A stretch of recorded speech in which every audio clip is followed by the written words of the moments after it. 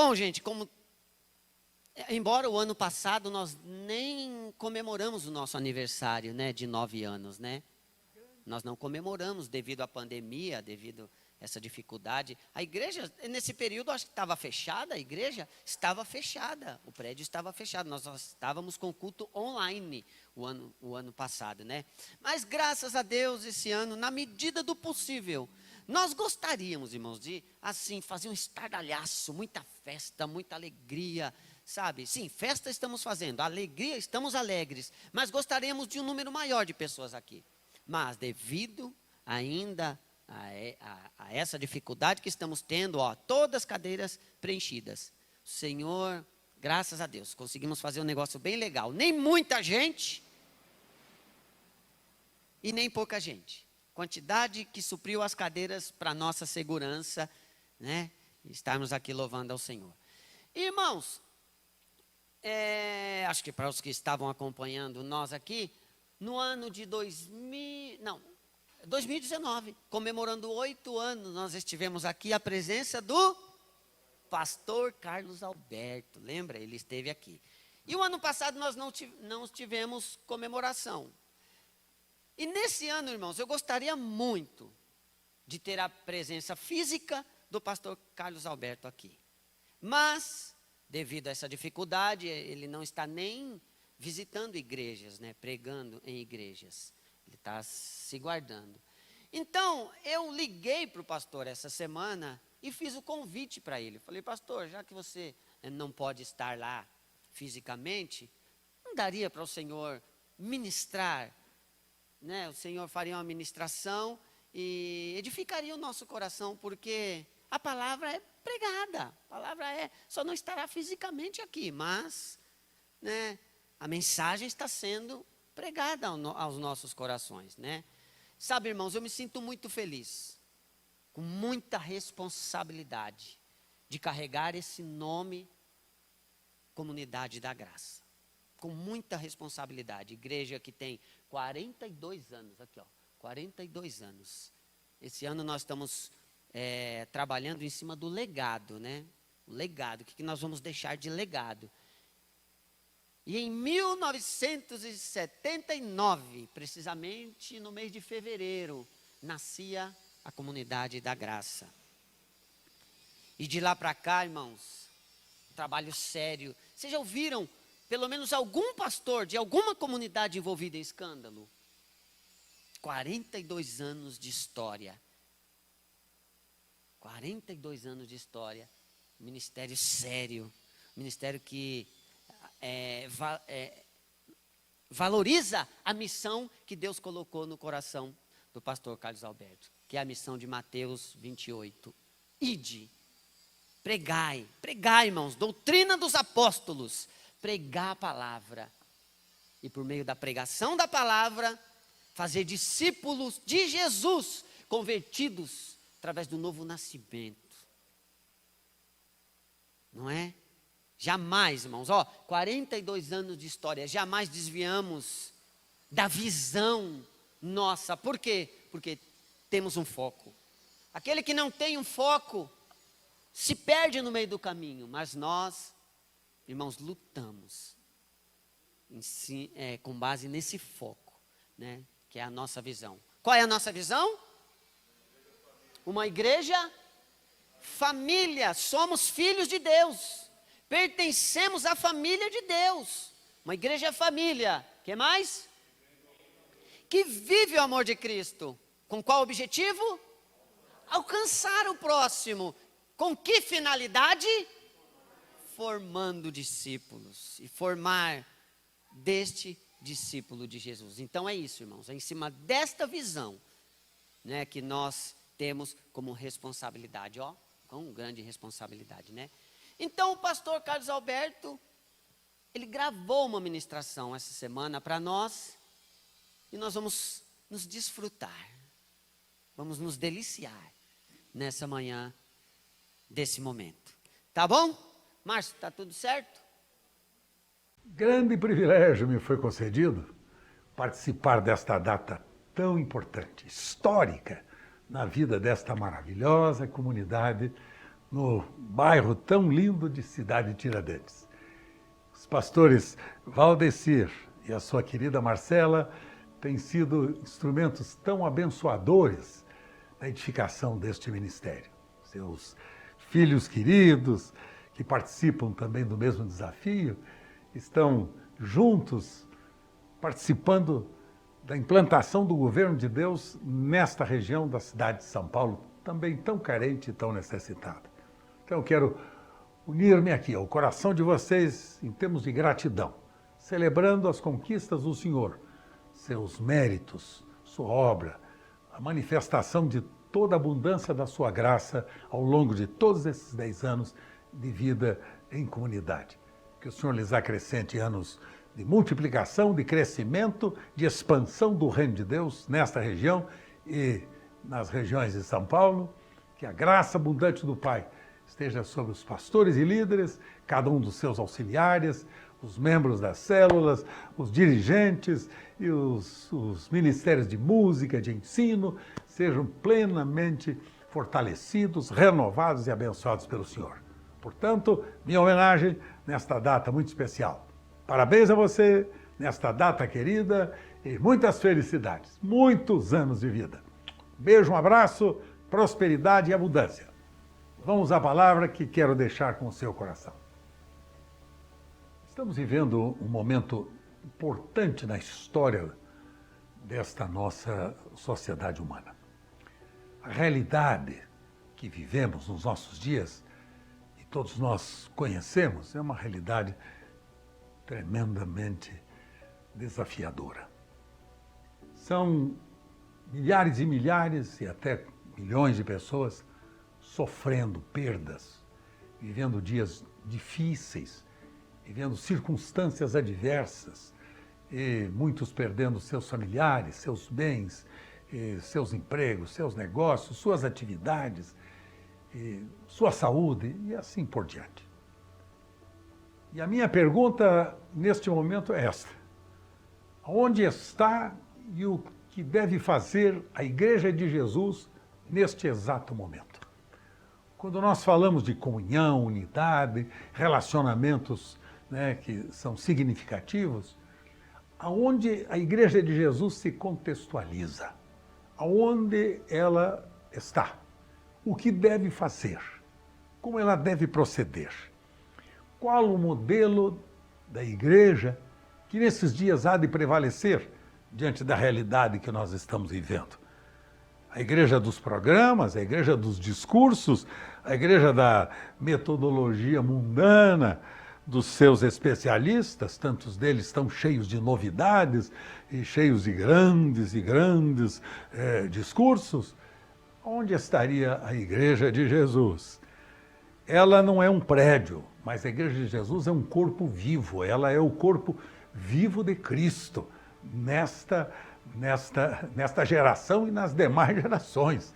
Ela foi criada exatamente como o corpo de Cristo, tendo Jesus como cabeça desta igreja, que reúne os filhos de Deus que foram regenerados pelo poder da intervenção bendita do amor do nosso Pai, que nos incluiu na morte e na ressurreição do seu Filho Jesus e nos transformou em filhos amados do coração de Deus para vivermos em amor, para alcançarmos o nosso próximo, para então sermos capazes de fazer do nosso próximo discípulos de Jesus. Este é o grande desafio da igreja, para a qual nós todos, e particularmente o Ministério da Comunidade da Graça, no Brasil e no exterior, tem se dedicado a pregar o Evangelho, a anunciar as verdades do reino, a anunciar arrependimento, nova vida, confissão de pecados, abandono, a ressurreição em Cristo, para ser transformado em uma nova criatura, pois Ele nos incluiu em sua morte e em sua ressurreição para vivermos a nova vida. Por isso o apóstolo São Paulo dizia com o coração tão cheio de convicção: agora os que vivem, dizia ele, não vivem mais para si mesmos, mas vivem para aquele que por eles morreu e que por eles ressuscitou. Então, agora a nossa vida não é mais nossa. Declarava Paulo: eu já estou crucificado com Cristo e vivo. Eu não, mas é Cristo que vive em mim. E a vida que eu agora estou vivendo na minha carne, estou vivendo pela fé do Filho de Deus, o qual me amou e a si mesmo se entregou por mim. Gálatas capítulo 2, versos 19 e 20.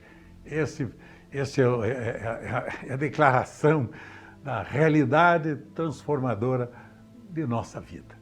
Então eu quero deixar com o seu coração hoje um grande desafio.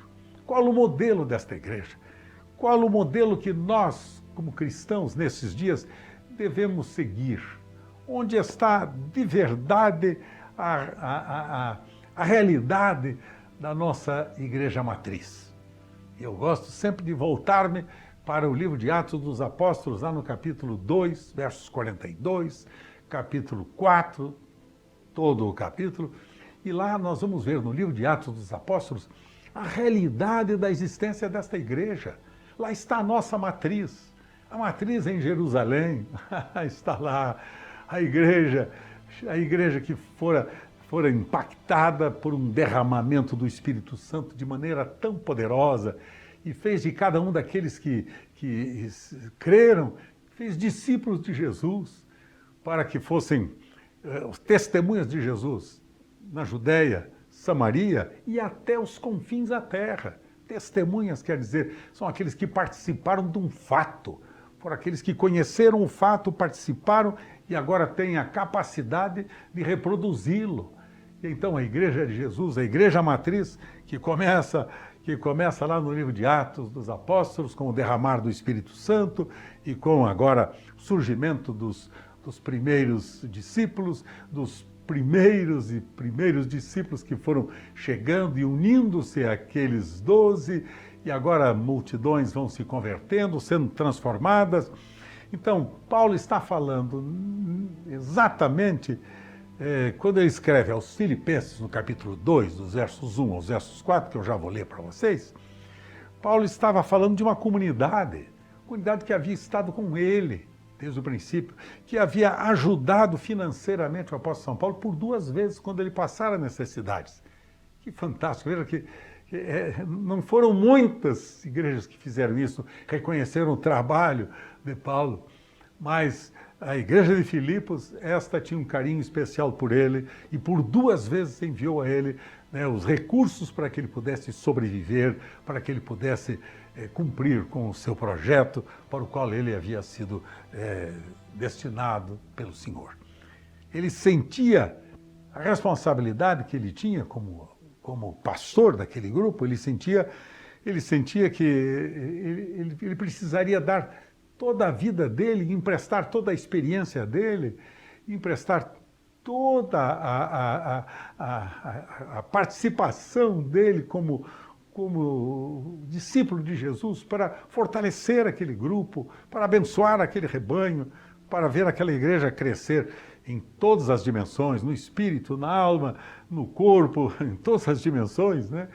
E assim era esta poderosa mensagem do Evangelho, destinada a alcançar todos os homens, e de pregar o Evangelho a toda criatura, e alcançar o homem todo, a sua integralidade, e de fazer discípulo de todas as nações.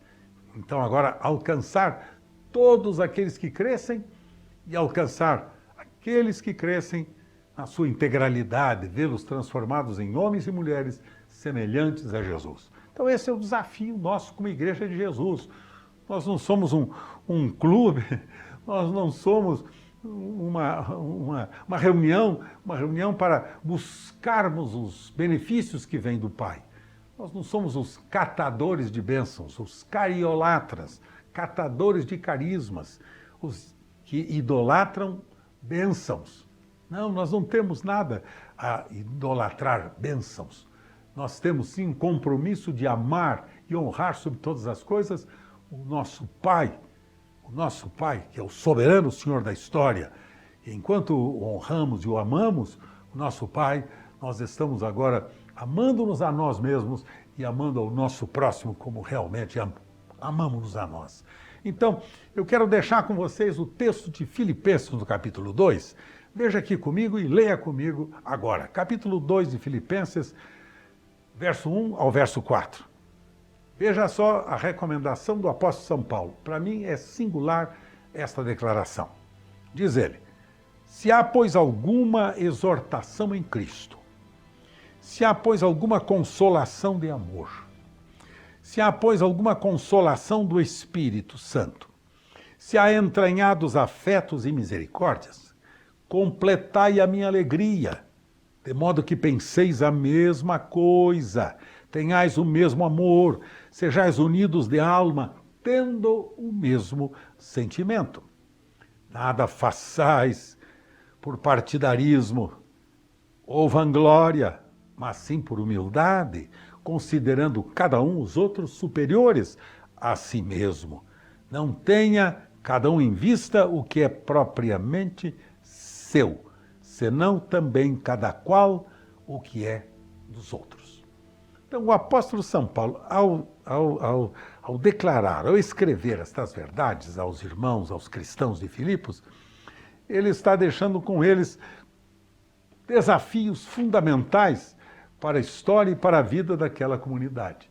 E aqui são 5 desafios, que eu diria são 5 colunas mestras na história da Igreja de Jesus. O que a Igreja de Jesus é, como ela se manifesta, como ela se expressa. Ela não é uma religião, ela não é uma instituição, ela é um organismo vivo. Lembre-se disso, é o corpo vivo de Cristo. Então, o apóstolo São Paulo começa exatamente no verso 1 dizendo o seguinte: se há alguma exortação. O significado da palavra aqui, exortação, é consolo. Se há alguma consolação no original grego. É a responsabilidade dos filhos de Deus, esse é o significado, em confortar, animar, levantar, fortalecer a cada um. Isso chama-se discipulado. Este é o discipulado autêntico. Discipulado não é uma reunião onde nós damos palestras para fazermos discípulos. Não. Discipulado é relacionamento, é comunhão pessoal, é uns aos outros, servindo-nos mutuamente. Isso é discipulado. Discipulado não é contar história, nem estudar texto bíblico, né, friamente. Pelo contrário, é compartilhar a vida, é fazer o que Jesus fez com seus discípulos. Colocou-os ao seu lado, ele tinha os discursos que ele, naturalmente, também declarava aos discípulos e à multidão, mas o seu compromisso é colocá-los ao seu lado e dizer a eles: vem e vê, venham comigo, venham andar comigo, venham saber quem eu sou, venham saber como eu vivo, venham conhecer a minha história, venham conhecer meus desafios, venham saber como eu ando, venham saber como eu corrijo os meus erros, como eu acerto tantos e tantos alvos e projetos. Veja a minha vida, veja como eu amo as pessoas, sirvo as pessoas, cuido das pessoas. Veja quem sou eu. Isto é discipulado autêntico. Quem sou eu? Posso isso mostrar às pessoas ao meu lado. Quem sou como esposo, quem sou como esposa, como marido, como filhos. Quem sou eu? Uma coisa é fazer discurso, outra coisa é viver a realidade da vida do discípulo de Jesus. Então, o apóstolo São Paulo realmente falava sobre esse aspecto fundamental que na Igreja de Jesus tem consolo. As pessoas são capazes de consolarem-se umas às outras. Barnabé, por exemplo, na igreja lá de Atos dos Apóstolos, na igreja primitiva também, foi chamado de o filho da consolação. Por quê? Porque exatamente a vida dele, o coração dele, era de alguém que estava sempre próximo para ajudar, para consolar e fortalecer o irmão. Ele foi um braço forte na vida do apóstolo São Paulo. Ele foi um braço forte, esteve ao lado dele, consolando, ajudando, interferindo, fortalecendo. Isso é discipulado. E eu digo, repetindo, discipulado autêntico. É repartir os dons, é estimular ao amor e às boas obras, como dizem as Escrituras. São os mandamentos recíprocos, como no livro da minha autoria, os mandamentos recíprocos, tenho procurado ensinar. Lá eu destaquei 25 mandamentos recíprocos exatamente para isso, para saber como é que nós devemos nos relacionar uns com os outros. Qual é a relação que nós precisamos ter com membros do corpo de Cristo? É assim como o nosso organismo, né, que produz todas as defesas, né, todos os glóbulos, né, para defender o organismo, assim somos nós. O corpo de Cristo, nós somos produtores de saúde, de vida e de paz. Portanto, é responsabilidade dos filhos de Deus. E estes nomes na história do cristianismo vão ficar para sempre registrados. E acrescentando aqui também, né, a experiência de Áquila e Priscila, um casal que estava sempre pronto para ajudar, para consolar os irmãos, para fortalecer os irmãos, para abençoar as pessoas. Estavam sempre dispostos para amarem, servirem e cuidarem uns dos outros. Então, se há consolo, a primeira característica da Igreja de Jesus é que ela tem consolo. Ela tem responsabilidade de consolar uns aos outros. A segunda, diz o apóstolo São Paulo, se há alguma consolação de amor. Então, agora, observe bem, o serviço de lavar os pés uns dos outros era fundamental. Lavar os pés significa cuidar das necessidades básicas do ser humano, para que ele se mantenha em pé, andando, para que ele tenha segurança, rumo, direção, seja fortalecido. E então a consolação de amor é estar junto, na mesma direção, na mesma situação. E Jesus foi consolado exatamente no momento que ele mais precisava de consolo, depois da tentação lá no deserto, em que Satanás submeteu aquelas pressões. Diz a Escritura que depois de Jesus ter vencido todas aquelas ofertas e artimanhas do inferno, ele foi consolado, Jesus foi consolado, os anjos vieram e então o serviram e o consolaram e o fortaleceram. Esta é realmente a história de Jesus no momento tão difícil e crítico da sua vida, no registro de Mateus, capítulo 4, e lá no verso 11. Então, o que Jesus veio para nos ensinar foi exatamente isto, que nós somos conhecidos pelo amor que temos uns pelos outros. Disse ele, nisto conhecerão que sois meus discípulos, se vós tiverdes amor uns pelos outros. Porque um novo mandamento eu vos dou, que vos ameis uns aos outros, assim como eu vos amei. E então o apóstolo João maravilhosamente descreve esta verdade lá no texto de 1 de João, primeira carta de João, capítulo 3, verso 16, dizendo, nisto conhecemos o amor, que ele, o Senhor Jesus, deu a sua vida por nós, logo, preste atenção, logo devemos dar a vida uns pelos outros. Amor é dar a vida, amor é servir, é interessar-se, é ouvir o meu próximo, cuidar dele. Sua vida é importante para nós, para levantá-lo, abençoá-lo, consolá-lo.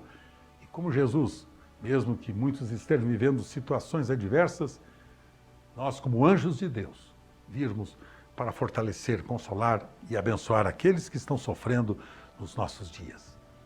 Nisto conhecemos o amor. Ele deu sua vida. Logo devemos dar a vida pelos nossos irmãos. A terceira coluna desta igreja lá em Jerusalém, da igreja matriz, era exatamente esta que o apóstolo São Paulo declarava no verso 1 lá de Filipenses 2, quando ele dizia, se há alguma consolação do Espírito. Consolação do Espírito. O que significa consolação do Espírito? Significa comunhão do próprio Espírito.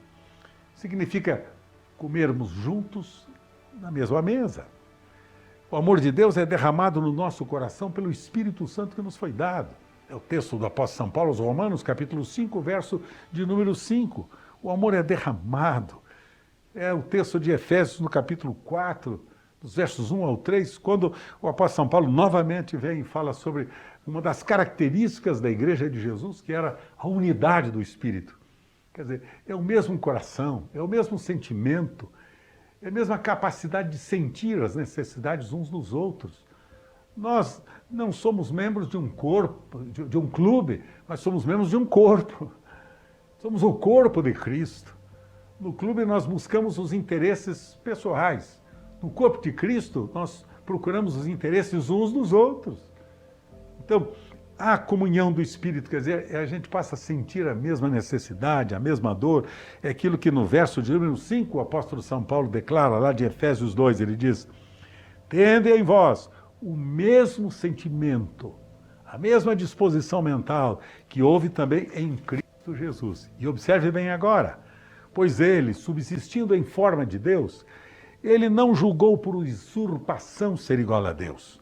Antes a si mesmo se esvaziou, assumindo a forma de servo, tornando-se semelhante aos homens, e reconhecido em figura humana, a si mesmo se humilhou, tornando-se obediente até morte, e morte de cruz. E agora observe o resultado. Para que também Deus tivesse exaltado soberanamente, ele tenha dado um nome que está acima de todo nome, para que ao nome de Jesus se dobre todo o joelho nos céus, na terra e debaixo da terra, e toda a língua confessa que Jesus Cristo é o Senhor, para a glória de Deus Pai. É neste momento de unidade, de comunhão no Espírito, que Jesus nos ensina a sentirmos as carências, necessidades uns dos outros. Não é somente andarmos juntos, mas é sentirmos a dor daqueles que estão sofrendo, é sentirmos, enxugarmos as lágrimas daqueles que estão chorando, é consolarmos aqueles que estão precisando de ajuda e de consolo. Isso é característica da Igreja de Jesus. A primeira é consolo, a segunda é amor e a terceira é a nossa unidade. Unidade que nós estamos celebrando a cada dia. A unidade no Espírito, porque Ele nos fez um. Ele destruiu toda a inimizade que tínhamos uns pelos outros. E lá na cruz, sendo Ele levantado, nos uniu a Ele para que a nossa desunião, a nossa falta de amor fosse desfeita e a nossa unidade fosse uma realidade. Nos tornamos membros vivos do corpo do Senhor Jesus, unidos a Ele e unidos uns aos outros. Esse é o sonho do coração de Deus. Esse é o sonho que alimenta a minha alma. Esse é o sonho que alimenta e desejo que alimente também o seu coração. Quarto aspecto, diz o apóstolo São Paulo, que haja também afetos de misericórdia. Afetos e misericórdia, diz ele, se há entranhados afetos e misericórdia. Aqui fala sobre perdão. A Igreja de Jesus perdoa. A Igreja de Jesus é o corpo de Cristo que foi transformado em instrumento que oferece proteção, amor, zelo, compreensão, cuidado, ajuda, perdão. Na comunhão há afeto de misericórdia, diz aqui o apóstolo São Paulo. É o mesmo sentimento que havia entre os grandes homens de Deus nas Escrituras, que fizeram aliança para um servir melhor ao outro. Um exemplo, Davi e Jonatas, uma aliança séria, uma aliança verdadeira e santa, proteger, para cuidar, para servir, abençoar, defender um ao outro. São as alianças que nós devemos manter entre nós. Entranhados afetos e profundos e verdadeiros nesse sentimento de unidade, de comunhão em Cristo. O mesmo sentimento que existiu no coração de Jesus, quando ele viu as multidões como ovelhas sem pastor. Então teve por elas grande misericórdia, infinita compaixão, afeto uns pelos outros, a ponto de dar a vida por aqueles que muitas vezes o haviam rejeitado. Mas eles todos o chamou e disse: vinde a mim, cansados e oprimidos, e eu aliviarei. Tomai meu jugo, aprendei de mim, que sou manso e humilde de coração. E então encontrareis o descanso para as vossas almas. É afeto uns pelos outros. E por fim, completem o meu gozo, diz o apóstolo São Paulo, completem o meu gozo, a minha alegria, de modo que vocês pensem a mesma coisa, tenham o mesmo amor, sejais unidos de alma, tenham o mesmo sentimento. Vocês agora completem a minha alegria. É a alegria no coração do nosso Pai, no coração dos instrumentos que Deus tem levantado, quando podem ver as pessoas amando-se mutuamente umas às outras. Instrumentos que Deus tem levantado para não só anunciar as verdades do Evangelho, mas para praticá-las, para vê-las transformadas em uma realidade na vida deste instrumento de Deus, que foi transformado na Igreja de Jesus, corpo de Cristo, para abençoar todas as famílias da terra. Portanto, como é que vamos alegrar o coração de Deus? Quando sentimos a mesma coisa, o mesmo amor, a mesma disposição mental, é o exemplo de Jesus e é a nossa vocação em Cristo. É a nossa vocação em Cristo. Somos exatamente vocacionados para sermos parecidos com Ele. 1 de João, capítulo 4, verso 17, declara: segundo Ele é, nós somos também neste mundo. Então fomos chamados para sermos transformados em homens e mulheres semelhantes, parecidos com Jesus. Pecado afastou o homem de Deus. Este perdeu a capacidade de amar. Mas na nova criação em Cristo, adquirimos a capacidade de amar. Porque Jesus vem viver a sua vida em nós e através de nós. É Cristo em vós, esperança da glória. É Jesus vivendo de novo a sua vida em mim e em você. Que o Senhor nos dê graça para que nós tenhamos uma igreja que represente a Jesus nesses dias. Não as organizações, não as ideologias, não os pensamentos religiosos, não, senhores, que represente Jesus, seu amor, sua graça, sua bondade.